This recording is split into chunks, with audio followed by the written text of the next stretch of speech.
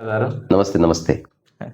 నేను అనేది సరిగా అర్థం చేసుకోకుండా ఏది అర్థం కాదు.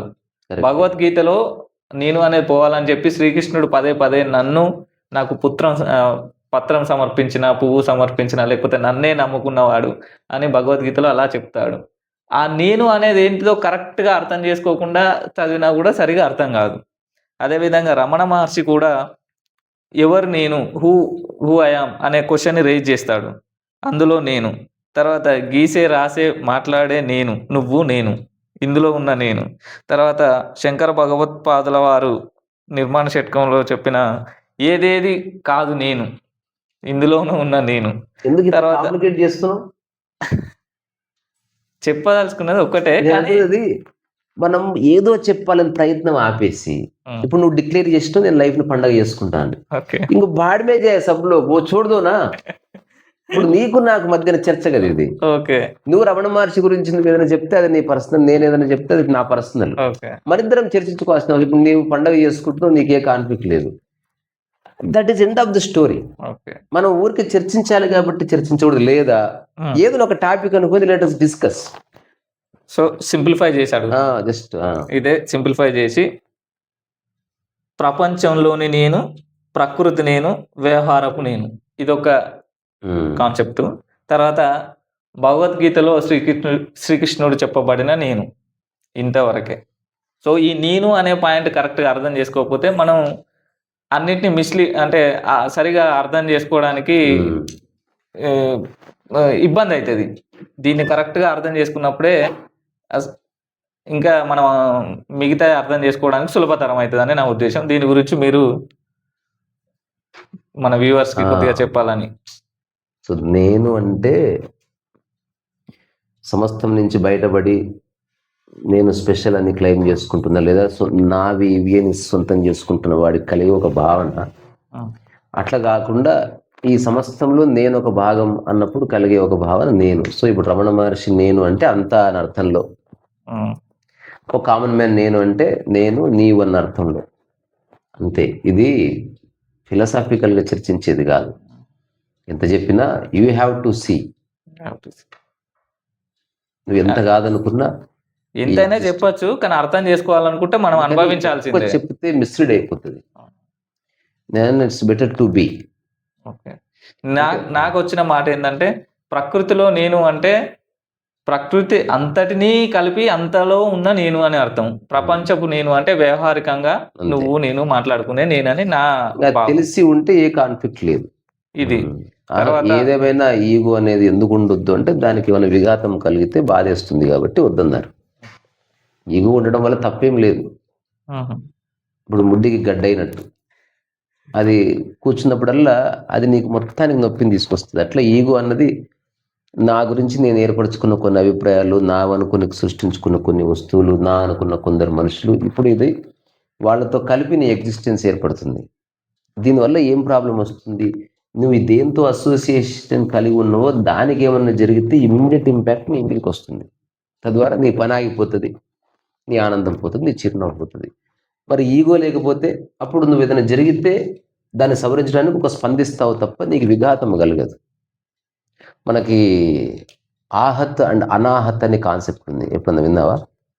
ఇప్పుడు మనకి హృదయ చక్రాన్ని అనాహత చక్రం అందరు. అదే ఇంగ్లీష్లో ఆహట్ అంటే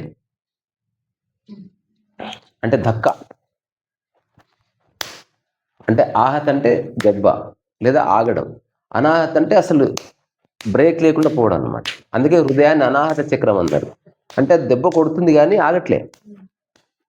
సో ఇప్పుడు ఈగో ఉంటే ఏమవుతుంది? ఇట్లా అయిన తర్వాత అయిపోతుంది. ఒక్క మాట సినిమాలు ఉంటుంది కదా, ఇక్కడి నుంచి వెళ్ళిపో బా అన్నాడు, నెక్స్ట్ మాట కూడా అన్నాడు. అంతవరకు ఉత్సాహంగా ఉన్నవాడు అయిపోయింది అంతే. ఇంతమంది ముందు నన్ను బా అన్నావా నువ్వు, అయిపోయా. అదే నీ విషయం అర్థమైతే అట్లాంటిది ఏముండదు. So there is always a flow అని తెలుస్తుంది. అట్లా. సో గీతలో కృష్ణుడు చెప్పిన నేను అంటే కూడా సమస్త విశ్వాన్ని అంతటినీ కలిపి చెప్పే నేను అని అర్థం. పర్టికులర్గా ఈ ఒక్క నేను అని అర్థం చేసుకోకండి అనేది అని నాకు అర్థమైంది. అంతే. గుడ్. ఇంకేం కావాలి? మనం ఇది అర్థం చేయించే పనిలో పడకు. ఓకే.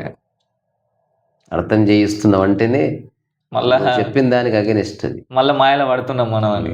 జస్ట్ అందుకే నేను కొన్ని వేల సార్లు ఈ మాట చెప్పింటా. పిట్ట కూసినట్టు కూస్తున్నా, అక్కడితో నా దయచేసి అర్థం చేసుకోండి. నో, అసలు అది ఆ చక్కర్లో పడనే వద్దు. అసలు అర్థం చేసుకునే విషయమే అది. థర్డ్ పర్సన్ చెప్పబ్బా ఎఫెక్టివ్ గా, ఎండ్ ఆఫ్ ద స్టోరీ. అసలు మనం చెప్తే ఒకటి ఎందుకు వినాలి? వాడు ఇష్టం తింటాడు, లేకపోతే లేదు. అర్థమైనప్పుడే అర్థమవుతుంది. ఇది ఎట్లుందంటే నువ్వు ఫుడ్ వండి పెట్టు, దానం ఏమైనా చేయి, నాకు ఆకలి అయినప్పుడే తినేది. అర్థం చేయించాలనే ప్రయత్నం చేసుడు కూడా. అందుకని నువ్వు జనాల కాంటెక్స్ట్ ను వదిలేసి మనం నెక్స్ట్ మాట్లాడుకోవాలి. You speak to me, I speak to you. అంటే నేను ఎవరిని పర్టికులర్ గా అనుకోవట్లే, ముందు నేను అంటున్నది చూసే వాళ్ళు అనేది మా థాట్ వచ్చింది అనుకో, మన ఫ్లో పోతుంది.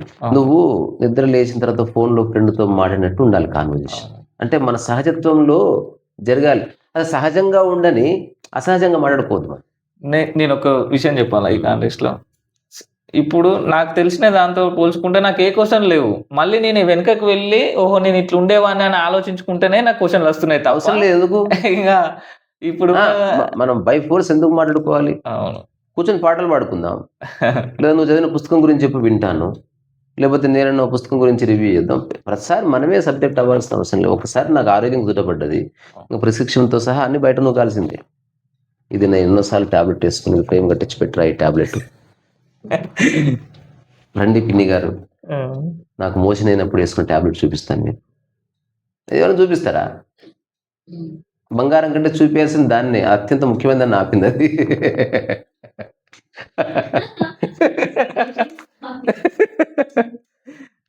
అందుకని ఎవరెవరైతే ఎదుటి వ్యక్తికి అర్థం చేయించాలని ట్రై చేస్తాడో వాడి జీవితం సంకనాగిపోతుంది. ఎందుకంటే నీ ఎగ్జిస్టెన్స్ దాంతో ముడిపడింది. ఇప్పుడు నీ ఎగ్జిస్టెన్స్కి దేన్ని లింక్ పెట్టకు. ఇది అంటే ఎంత అర్థమైందన్నా తెలిసిపోతుంది మాటల్లో, చేష్టల్లో. నీ మైండ్ ఇక్కడే ఉండొచ్చు, దాని పాము దాని నాలుకలు నాకుతూ ఉంటాయి కొన్ని, అట్లా. And at least I see that. Okay. ఇంకొక విషయం ఏంటంటే మీరు చెప్పిన మాట, అసలు ఉన్నది తెలుసుకోవడానికి ఏ సాధన అవసరం లేదు, నీ జీవితమే సాధన లాగా మారిపోతుంది అని మీరు ఒక స్టేట్మెంట్ ఇచ్చారు. అట్లా చెప్పలే. అంటే మనం చేసే పనే మన సాధన లాగా. అసలు అట్లా చెప్పనే లేదు. అసలు సాధన అవసరం లేదు ఆధ్యాత్మిక పరమైన విషయాలు అర్థం చేసుకోవడానికి. వైలిన్ అంటే సాధన చేయాలి, సైకిల్ సాధన చేయాలి. అంటే క్లియర్ డివిజన్. యోగ సాధన, ధ్యాన సాధన తప్పు, ఇంతనే చెప్పింది. ఇది up to the other person. నాకు ఇంట్రెస్ట్ ఇప్పుడు అర్థమైంది బిడ్డ. మామూలుగా సరదాగా యోగ సాధన కరెక్ట్, బైసైకిల్ సాధన కరెక్ట్, కొండ ఎక్కడం సాధన కరెక్ట్, ఈత సాధన కరెక్ట్, ధ్యాన సాధన తప్పు. ఇప్పుడు ధ్యాన సాధన చేస్తున్న వాళ్ళందరూ నన్ను తప్పన్నా సరే, ధ్యాన సాధన అన్న పదమే తప్పు. అల్లుని వాటి చెప్పావు మాట బ్యూటిఫుల్ చెప్తాడు. So you may be doing something, you may be focusing on something and thinking that is meditation, but that is not sir అంటాడు. Meditation something, you are just looking at something with great attention. You have no interest to analyze or understand anything. You are just looking at something. And that is meditation. As looking at something is done. అయిపోయింది. దాని తర్వాత ఏంది అని ఎవడు అడుగుతాడు అంటే చేయనోడు అడుగుతాడు. ఎవడైతే చేస్తున్నాడో దాని తర్వాత అని ప్రశ్న రాదు. ఇది మ్యాజిక్, మనకు ఉత్తగానే తెలిసిపోతుంది అట్లా. అందుకని ధ్యాన సాధన, ఇప్పుడు ఆనందానికి సాధనే ఉంది. హాయిగా కూర్చోవడం సాధన చేస్తున్నా. ఒక్కడిని చెప్పు, నాకు ఇట్లా చెప్పేటోడు. నేను ఆకలి కోసం సాధన చేస్తున్నా, లేదు. ప్రశాంతతకు సాధన ఎట్లుంటుంది? లేదు. అది ఎంత సాధన చేస్తే అంత వీక్తుంది అది.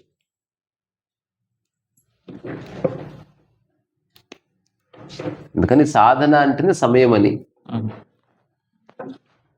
సమయంతో లింక్ పెట్టుకున్నామంటే అది ఇప్పుడు లేదని తర్వాత ఉంటుందని. సర్టిఫికెట్ అంటే ఇప్పుడు లేదు, 4 నెలలకు వస్తుంది. ఇప్పుడు ఆనందానికి సమయానికి లింక్ పెడితే ఇప్పుడు లేవని వచ్చేసింది అర్థం. ఓకే. అందుకని తర్వాతనే అంటే ఇప్పుడు లేవని, మళ్ళీ తర్వాతకి పోతే మళ్ళీ తర్వాత. ఆధ్యాత్మిక విషయాలన్నీ తక్షణమే తెలియబడాలి, లేదా తెలియదని ఒప్పుకోవాలి. End of the story. తప్ప నేను మెల్లగా చూస్తున్నాను, నేను సగం సత్యము తెలుసుకున్నాను, నేను ఇప్పుడు 25% ఆనందంగా ఉన్నాను, అట్లా లేదు. ఇవన్నీ అబద్ధాలు. అట్లా ఉండే వాళ్ళందరూ స్వాతంత్ర జన్మదిన శుభాకాంక్ష, స్వాతంత్ర దినోత్సవ శుభాకాంక్ష. చాలా మళ్ళీ మాట్లాడుకుందాం. ఓకే. సో అది ఈరోజు